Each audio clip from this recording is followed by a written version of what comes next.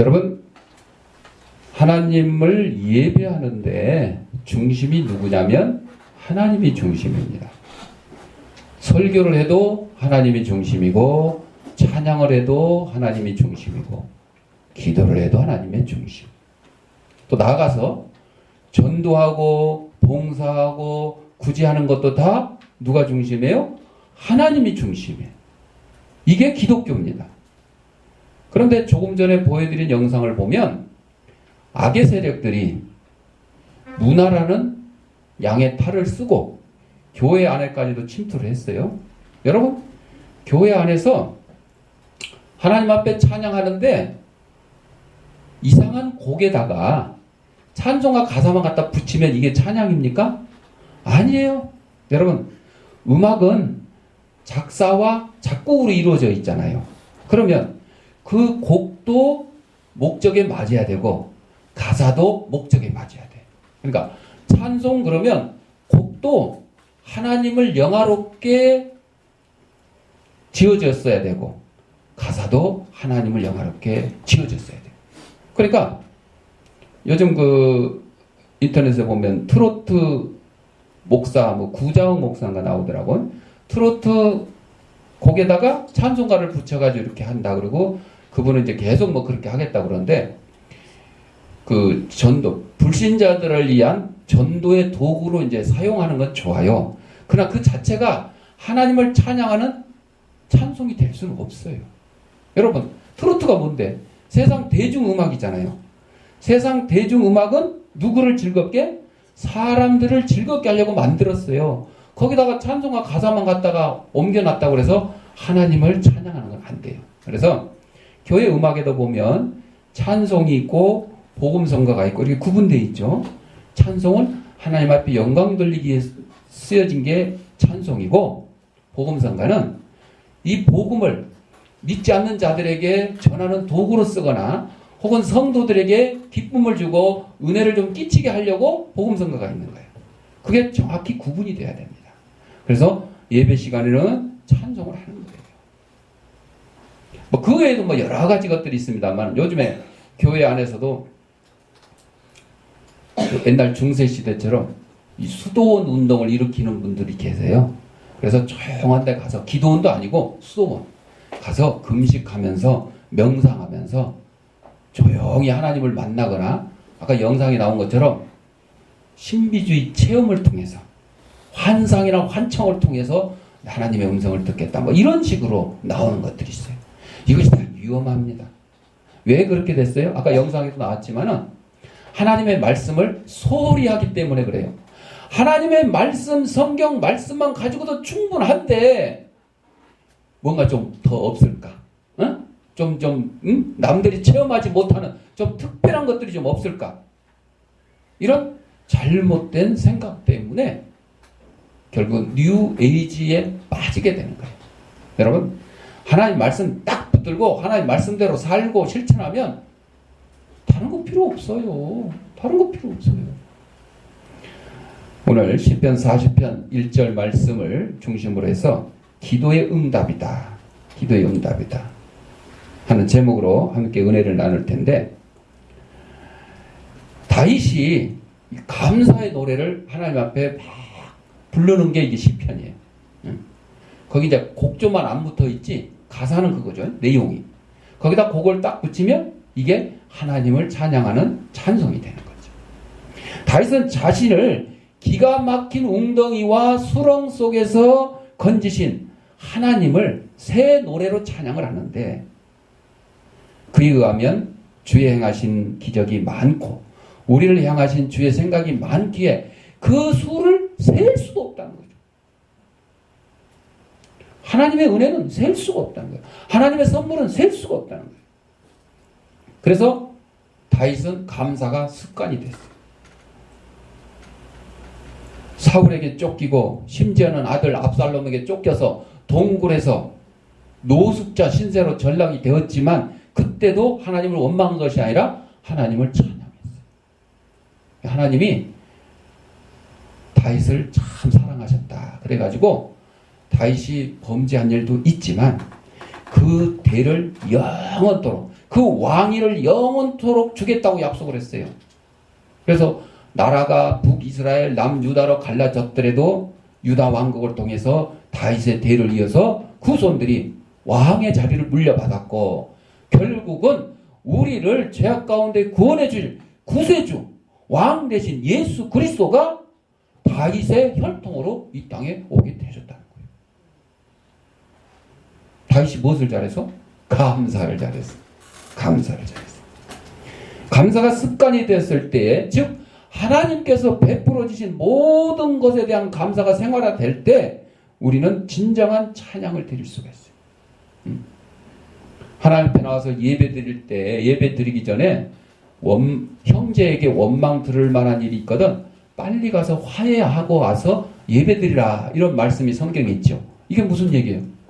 하나님 앞에 와서 예배 드리면서, 하나님 앞에 와서 찬양하고 기도하면서 누구를 원망하고 있으면 하나님 앞에 올바른 찬양과 기도가 안 된다는 거예요. 그래서 우리는 감사가 생활에 될 때 찬양이 나오는 거예요. 설거지하면서 찬양이 막 나오는 사람은 평소에 하나님 앞에 감사하는 생활이 습관화되어 있기 때문에 막 설거지 할 때도 막 찬양 나오고, 청소할 때도 찬양 나와. 그런데 그게 습관이 안 돼 있는 사람은 심지어 예배 시간에도 찬양이 안 나와. 안 나와. 습관이 안 돼. 우리는 얼마나 많은 세월을 감사를 잊어버리고 삽니까? 재훈아, 왔다 갔다 하지 마. 너 왔다 갔다 하면 찬양 안 시킬 거야. 가만히 있어. 근데 거기 가만히 있어.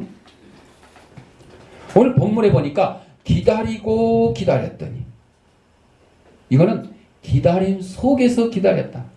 잠깐 기다린 게 아니고 나에게 응답이 주어질 때까지 기다렸다. 나에게 응답이 주어질 때까지 기도했다. 나에게 하나님이 임재해 줄 때까지 기다렸다. 그런 얘기예요. 필요할 때만 기다린 게 아니고. 그래서 이 시편 기자 다윗의 기대와 소망의 행위는 일시적인 것, 잠깐적인 것이 아니라 연속적 행위였습니다. 다윗의 평생이 기다리고 기다리는 그런 행위였다는 것이죠. 그래서 본절은 그의 기도가 당장의 응답을 보지 못했지만 여러 차례 반복 끝에 그 응답을 보았다는 것을 나타내주고 있어요.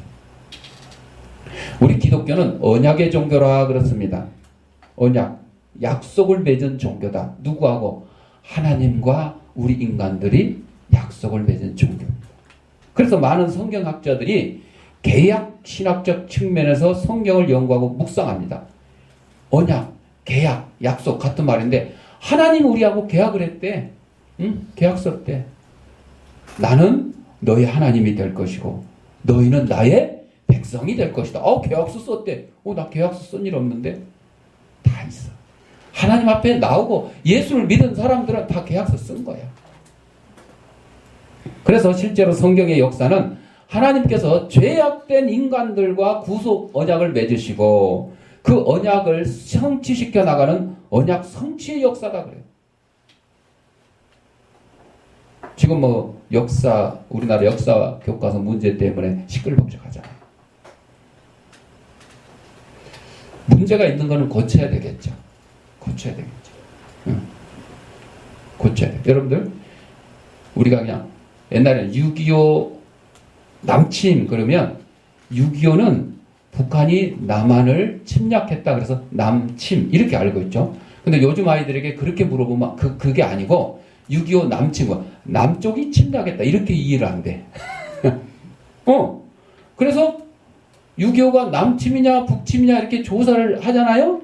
그러면 북침은 북한이 침략했다고 이해하는 사람은 북침이 맞다 그러고, 남침은 남한이 침략했다.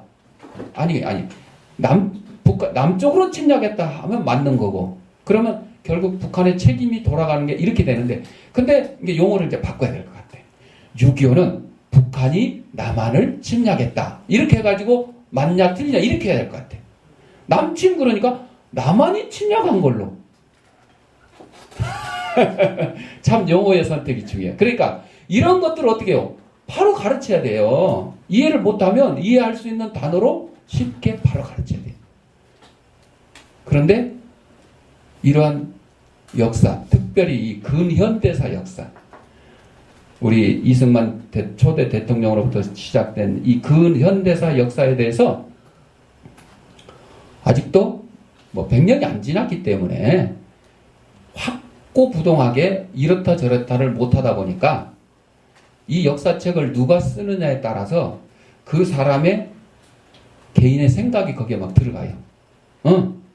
그러다 보니까 뭐 북한의 생각도 옳다고 막 들어가는 거예요. 지금 그래서 역사 교과서에 북한의 그 사상이 많이 막 반영이 돼 있어요.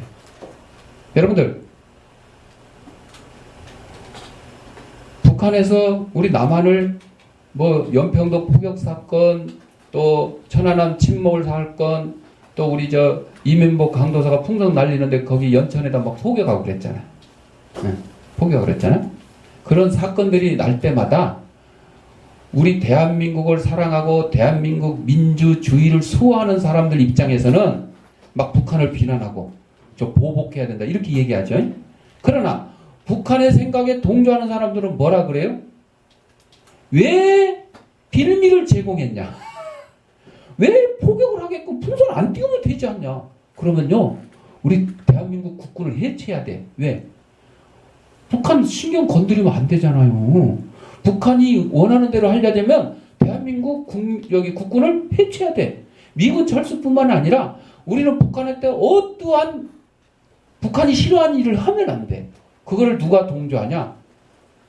야당을 비롯한 종북 좌파들이 그렇게 해요. 그런 일이 일어날 때마다 그렇게 얘기하는 거예요. 왜 북한이 달란 거 안 주냐? 왜 북한이 달란 거 안 주냐? 금강산 관광 갔다가 어떤 여자분이 북한군의 총에 맞아 죽었잖아요. 그리고 금강산 관광이 중단됐잖아요. 그래서 그때부터 5.24 조치가 해가지고 북한에 우리는 함부로 퍼주지도 않고 뭐 어쩌고저쩌고 이렇게 된 거니까 그거를 야당에서는 해제하라는 거예요. 해제. 우리는 북한이 정상적인 사과를 하고 다시는 그런 일이 없겠다 약속을 해야 금강산 관광도 재개도 하고 뭐 북한도 이것도 하겠다 그러는데 북한이 여태까지 사과한 일이 없어.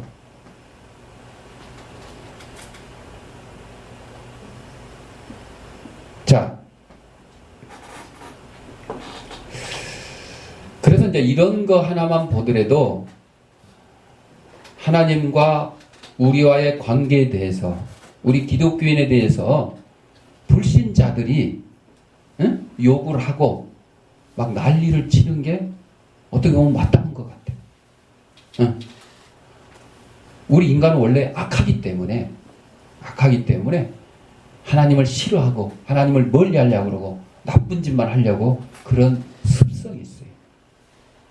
성선설이냐 성악설이냐 얘기하지만 우리 기독교적 입장에서 보면 성악설이 맞아요. 왜? 아담의 원죄 때문에 그렇습니다. 여러분, 인제 태어난 깐난아이가 뭐가 죄가 있겠어요? 그죠? 그러나 성경에서 말하는 아담의 원죄 하면 그 아이도 죄가 있어요, 없어요? 죄가 있이 태어난 거예요. 자기가 지은 죄는 이제 자범죄라고 그랬잖아요. 그러니까 기독교적 입장에서는 성악설이 맞아요. 그러니까 인간은 기독교인 중에서도 하나님 앞에 나와서 예배 드리는 순간에도 딴 생각을 하고 하나님하고 멀어지려고 하는 생각을 하고 하나님보다 돈을 더 사랑하려고 그러고 하나님보다 명예와 권력을 더 사랑하려고 하는 그런 사람들이 너무도 많다는 거예요. 너무도 많다. 좌우지간 하나님께서는 우리 인간들을 죄악 가운데 구원해서 천국으로 다 이끌어 주시려고 하는데 우리 인간들이 배반을 하고 반항을 하고 나 천국 가기 싫다고 나는 꼭 지옥에 가고 말겠다고 이렇게 하는 사람들이 너무너무 많아요. 그럼에도 불구하고 하나님께서는 오래 참으시고 여러분들 노아 홍수 사건을 통해서 확 뒤집고 소돔과 고모라를 그냥 불에 확 태우고 바벨탑을 갖다 확 무너뜨리고 이렇게 했는데도 인간들이 정신을 못 차리고 죄의 문제를 해결 못하니까 마지막 수단으로 예수 그리스도를 이 땅에 보내주시고 십자가에 돌아가시게 하시고 우리의 죄를 걸머지게 하셨어요.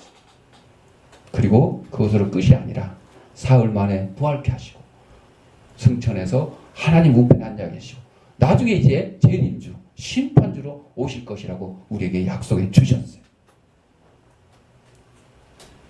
이런 하나님의 놀라우신 약속의 결과 우리 죄인들이 예수 믿고 구원받고 천국에 이제 들어가게 되는 약속을 받았어요. 그 복을 누리게 되었어요. 그래서 오늘 말씀을 통해서 하나님 우리 성도들에게 주신 약속의 내용이 무엇인지를 살펴봅니다. 그래서 우리 성도 각자가 하나님의 어떤 약속을 소유하고 있는지를 점검을 해봐요. 점검을 해봐요. 아까 연천 얘기했습니다만은 연천을 사랑하는 군민들 이름으로 현수막을 걸었는데 풍선을 날리는 사람들을 만나기만 하면 즉결 처분해야 된다. 그런 현수막을 연천군 안에다 붙여놨어요. 내가 그 사진을 이제 SNS에다 옮겼는데 여러분 그거는 누구의 주장과 똑같냐면 저 북한 공산당들의 주장과 똑같은 거예요. 어디 대한민국 사람이 같은 대한민국에서 우리를 지금 피해를 주는 게 아니라 북한에다가 저 폐쇄적인 북한에 풍선을 통해서 그들에게 북한 정권의 실상을 알리고 잘못됐다는 걸 알리고 대한민국이 얼마나 잘 살게 되었고 하나님을 섬기고 막 이런 내용으로 막 보내고 거기다 뭐 1달러짜리도 보내고 뭐 CD도 보내고 막 해서 보냈단 말이에요. 그게 잘못된 것은 아닌데 단지 그것 때문에 북한의 성질을 건드려가지고 포탄 날아오게 만들었다 그러면서 북한의 김정은과 그 도당들을 갖다가 없애야 된다 이게 아니고 풍선 날리는 사람을 즉결 처분해야 된다는 거죠. 얼마나 잘못됐습니까? 이 잘못된 생각과 사상이 우리 국민들에게 알게 모르게 막 주입이 되는 거예요. 아까 뉴에이지가 우리 기독교인들을 문화라는 이름으로 야야야 성경 말씀 갖고 부족해. 조용히 골방에서 기도하는 것만 가지고도 부족해. 이런 것도 해봐. 명상 이런 것도 해보고 뇌 막 운동도 해보고 막 이렇게 자꾸 유혹을 하는 거예요. 여러분 서울 광장 앞에서 동성애자들이 퀴어 축제 해가지고 홀딱 벗고 쇼를 했잖아요. 이게 문화입니까? 더군다나 이게 건전한 문화입니까? 서울시청 광장을 서울 시민들이 자유롭게 쓸 수 있지만 건전한 문화 뭐 이런 내용으로 쓰게끔 돼 있어요. 근데 동성애 축제가 건전한 문화입니까? 그러니 여러분들 우리 기독교인 입장에서 그 동성애자들을 반대하고 그들도 회개하고 하나님 앞에 돌아야 된다. 그들은 동성애는 죄다. 이거는 병이다. 이렇게 얘기를 하잖아요. 그런데 다 그러냐? 아니요. 일부 진보적인 교단에서는 동성애를 찬성하거나 옹호를 합니다. 교인 역시 나를 왼쪽 길로 인도하시는군요. 그리고 왼쪽 길로 유유히 갔다. 이런 우스갯소리가 있어요. 이게 무슨 얘기예요? 우리 인간들은 자기가 계획 세우고 자기가 하고 싶은 대로 다 해. 그러면서 이게 하나님의 뜻이 돼. 야야야 그리 가면 안 돼. 그 왼쪽 길로 가면 안 돼. 오른쪽 길로 나가라고 하나님이 잡아 당겨도 아니야 하나님 그거 아니야. 하나님이 틀렸어. 내가 맞아. 내가 맞아. 이거. 그러니까 성경 말씀만 갖고도 충분한데도 거기다 막 이상한 거 갖다가 막 보태가지고 그게 하나님의 뜻이라고 잘못 막 생각을 하는 사람들이 너무도 많다는 거죠. 주님의 뜻은 구하지 아니하고 자기 멋대로 모든 계획을 세워놓고 실천하면서 그것이 주님의 뜻이기를 주님의 뜻일 것이다. 이렇게 생각을 하는 거예요.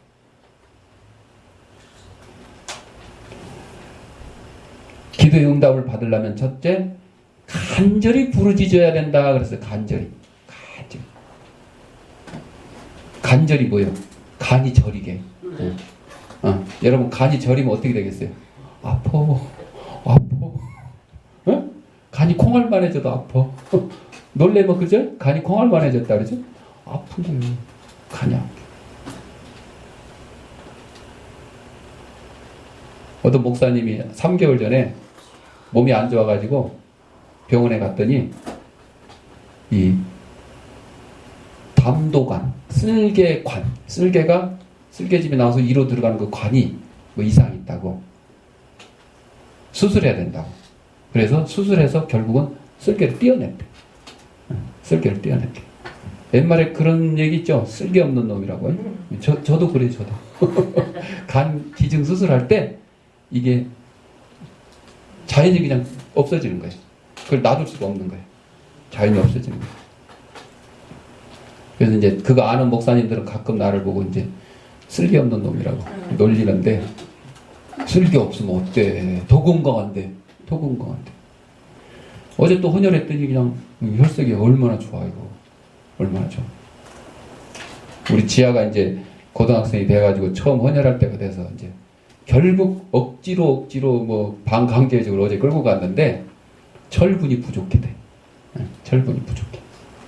철분이 부족하다는 거는 헤모글로빈 수치가 낮기 때문에 피가 묽다는 얘기예요. 정상적으로 진한 게 아니고 묽다는 얘기예요. 그래서 피를 한 방울 딱 해가지고 그 약품에 떨어뜨려보면 묽은 피는 둥둥 떠 있어요. 철분이 부족해서. 근데 저처럼 건강한 사람 피는 쫙 가라앉아. 그 가라앉아야 헌혈을 할 수 있는 거예요. 그러니까 헌혈을 할 수 있다는 거는 자기 몸을 잘 유지할 정도가 아니라 남에게 피를 나눠주고도 건강을 할 수 있는 사람이 하는 거예요. 그러니까 우리 지아는 잠을 좀 일찍 될 수 있으면 1시 이전에 잠을 자야 돼요. 1시 이전에 잠을 자야 우리 뇌가 낮에 막 정보 받은 거 있잖아요. 그거를 정리하는 시간을 주는 거예요. 근데 1시 이후까지도 잠을 안 자면요, 이 뇌가 정리할 시간이 없어갖고 혼돈에 빠져. 그러니까 머리도 나빠져. 안 좋아. 건강에도 안 좋고. 지아가 이제 뭐 우리 보기에 튼튼하잖아. 근데 이제 그거를 좀 주의를 하면 될 것 같아. 그러면 다음에는 성공할 것 같아. 정 안 되면 사모님처럼 그냥 소 지랄을 갖다가 먹으면 또 특효약이 될 것 같아. 자, 간절히 부르는 자의 기도를 하나님이 들어주신다 그랬어요. 하나님은 성도들에게 기도 응답을 약속해 주셨는데, 에레미야 33장 3절에 에레미야 선지자가 말씀을 하셨잖아요. 간절히 부르짖는 자가 응답을 받게 된다고.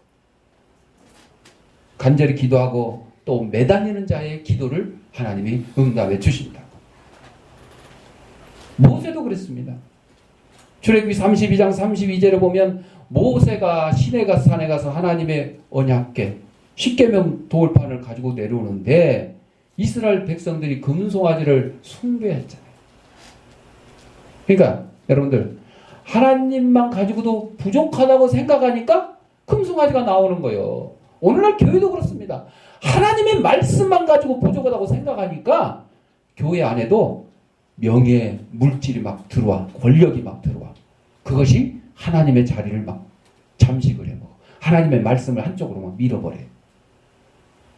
그래서 오늘날 교회가 세상 사람들 앞에 지탄받는 게 그런 것들입니다. 교회가 뭐 건물이 크고 뭐 성도가 많이 모이는 거 그거 중요한 게 아닙니다. 언제 성경 말씀에 뭐 하나님이 뭐 그런 거 뭐 얘기해 놓으셨어요? 과거에는 예루살렘 성전 딱 하나만 있어도 충분했잖아요. 그런데 오늘날 많은 목회자들과 성도들이 그 착각에 빠져 있는 거예요. 하나님의 말씀만 가도 부족하다. 우리는 엄청난 교회가 건물이 필요하다. 100억짜리. 우리 20명, 30명 모여가지고는 이게 부족하다. 5만 명, 10만 명 모여야 된다. 이거는 누구의 기준이에요? 우리 인간들의 기준이에요, 여러분. 인간들의 기준이에요. 교회가 커야 구원받고 성도가 많이 모여야 구원받는다는 내용이 어디 있습니까? 없잖아요. 그런데도 큰 교회 다니고 많은 성도가 모이는 성도들조차도 거기에 이제 쇠뇌가 돼가지고 목에다 막 힘주고 교만에 빠져 있어요. 그래서 작은 교회 목사님은 우습게 보이고 작은 교회 성도들은 불쌍해 보여. 아니 여러분, 불쌍해 보이는 사람은 저기 있어. 절에 가면 있어. 안 가도 뭐 불교이다 하는 사람들이 다 불쌍한 사람들이야. 하도 불쌍하니까 그냥 불쌍을 섬기니까 불쌍한 거예요, 여러분. 이스라엘 백성이 범죄하고 하나님을 떠나서 금송아지를 섬기고 있을 때 모세가 그냥 두 십계명 돌판을 그냥 백성들에게 던지니까 그냥 지진이 팍 나가지고 막 백성들이 막 빠져 죽고, 그리고 모세가 그리고 이제 그냥 성질만 낸 게 아니야. 그랬더니 하나님이 야, 이깟 백성들 싹 진멸시키고 너로 하여금 모세 너만 너 가족만으로 대를 잇게 하겠다. 이랬을 때 모세가 아유 좋습니다 그랬어요? 아니요. 하나님, 내 이름을 생명책에서 제한을 하니 있더라도, 내가 천국에 못 가는 한이 있더라도 이 백성을 불쌍히 여겨서 구원해 주십시오. 이렇게 기도했어요.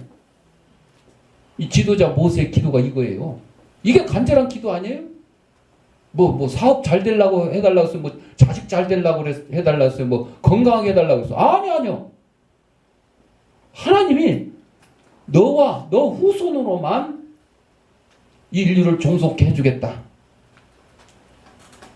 너와 너 후손만 천국에 이끌겠다. 이렇게 약속을 했는데도 불구하고 하나님 아닙니다. 제발 이 백성들 구원해 주십시오. 나 구원 안 받아주셨습니다. 여러분들 중에 그럴 사람 있어요? 나는 못하겠어. 난 천국 안 가도 좋으니까 누구 대신 천국 가게 해달라고. 그러면 우리 예수 믿은 게 아무 소용이 없잖아요. 그러니까 그 정도로 하나님 앞에 간절히 기도했다 그거예요.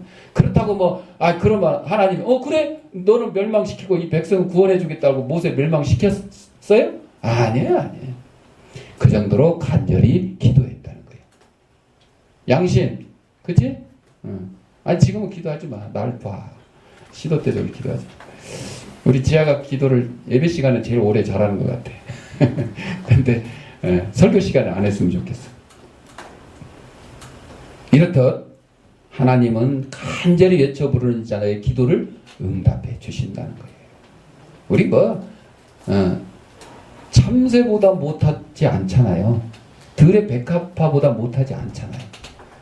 우리 기본적인 거, 먹고 입고 쓸 거 이런 거, 그런 거 위해서 간구하지 말라는 겁니다. 여러분, 그런 거 그냥 참새도 먹이시고 들의 백합화도 먹이시는 하나님께서 그거보다 귀한 우리들을 먹여 살리지 않겠냐 그랬잖아요. 먼저 그의 나라와 그의 의를 위해서 기도해라 그랬잖아요. 예수 잘 믿는 부인이 있어가지고 남편을 전도하려고 열심히 기도도 하고 그랬는데 그게 쉽지 않죠. 아무리 사정하고 이쁜 짓 해도 안 통하잖아.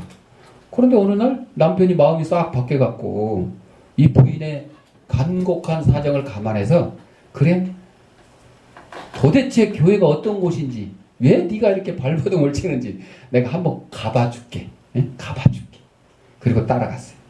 그러니까 이 부인은 얼마나 신이 나요. 이제 드디어 기도의 응답이 왔다.